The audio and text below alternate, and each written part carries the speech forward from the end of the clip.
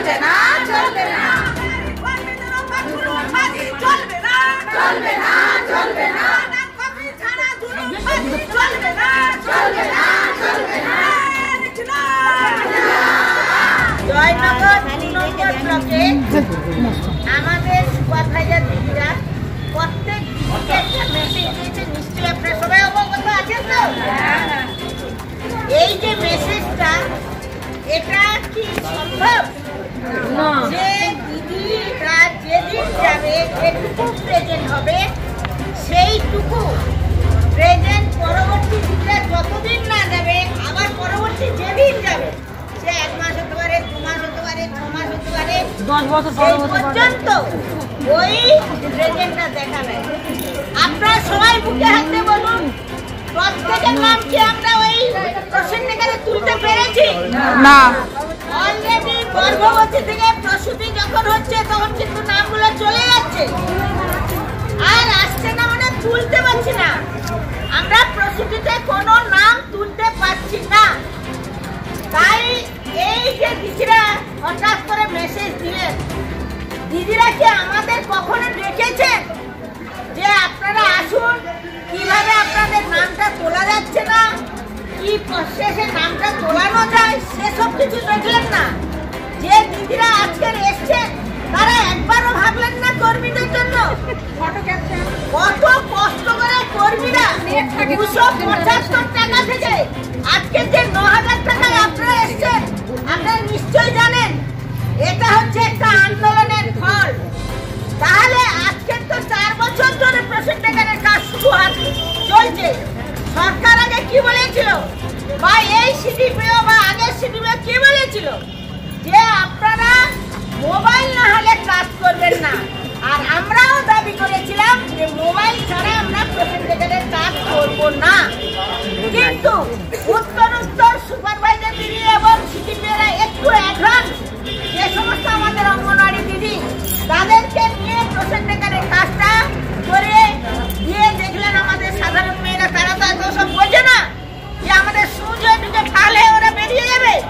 তাই তারা জানে যে বাহ, কাজ করলেই তো কাজ করা যায়, খুব সুন্দর, ঠিক আছে দিদি আমরা পেরে গেছি, এবার আপনারা অন্য মেয়েদেরকে শিখিয়ে দেবেন।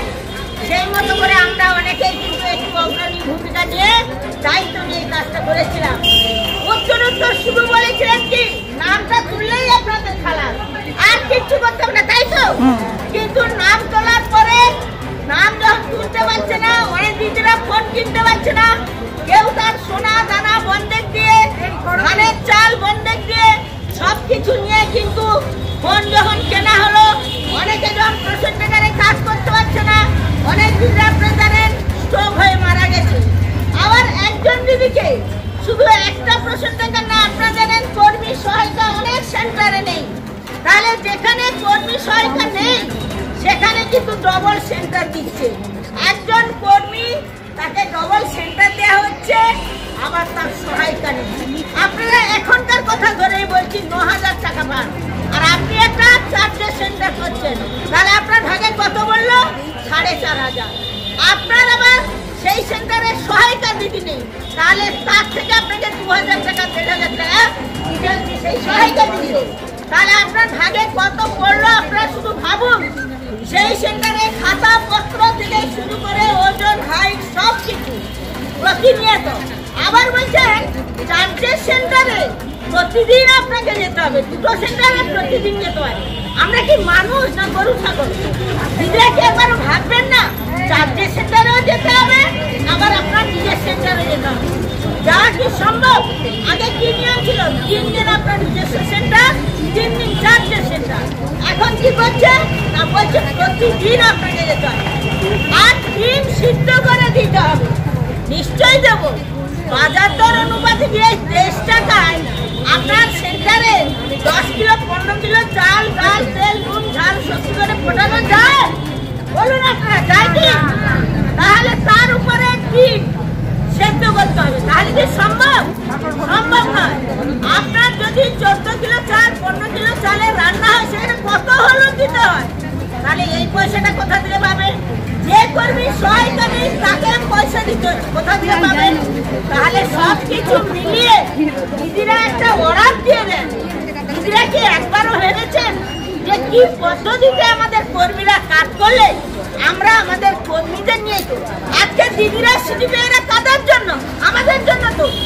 তাহলে আজকে তারা যদি আমাদের সমস্যার কথা দুঃখের কথা না বোঝে তাহলে আমরা কাদের জানাবো?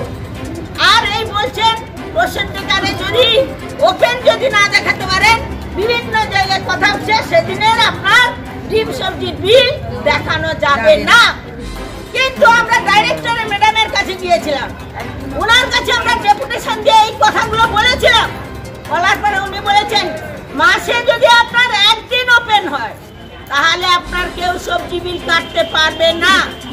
তাহলে দিদিরা কেন আমাদেরকে ভয় দেখাচ্ছেন? আমরা তো দিদিদের সহমত নিয়েই কাজ করব। হ্যাঁ, অনেক কর্মীদের সমস্যা থাকতেই পারে, তাহলে সেই সমস্যাগুলো দিদিদের উচিত শুধরে দেওয়া।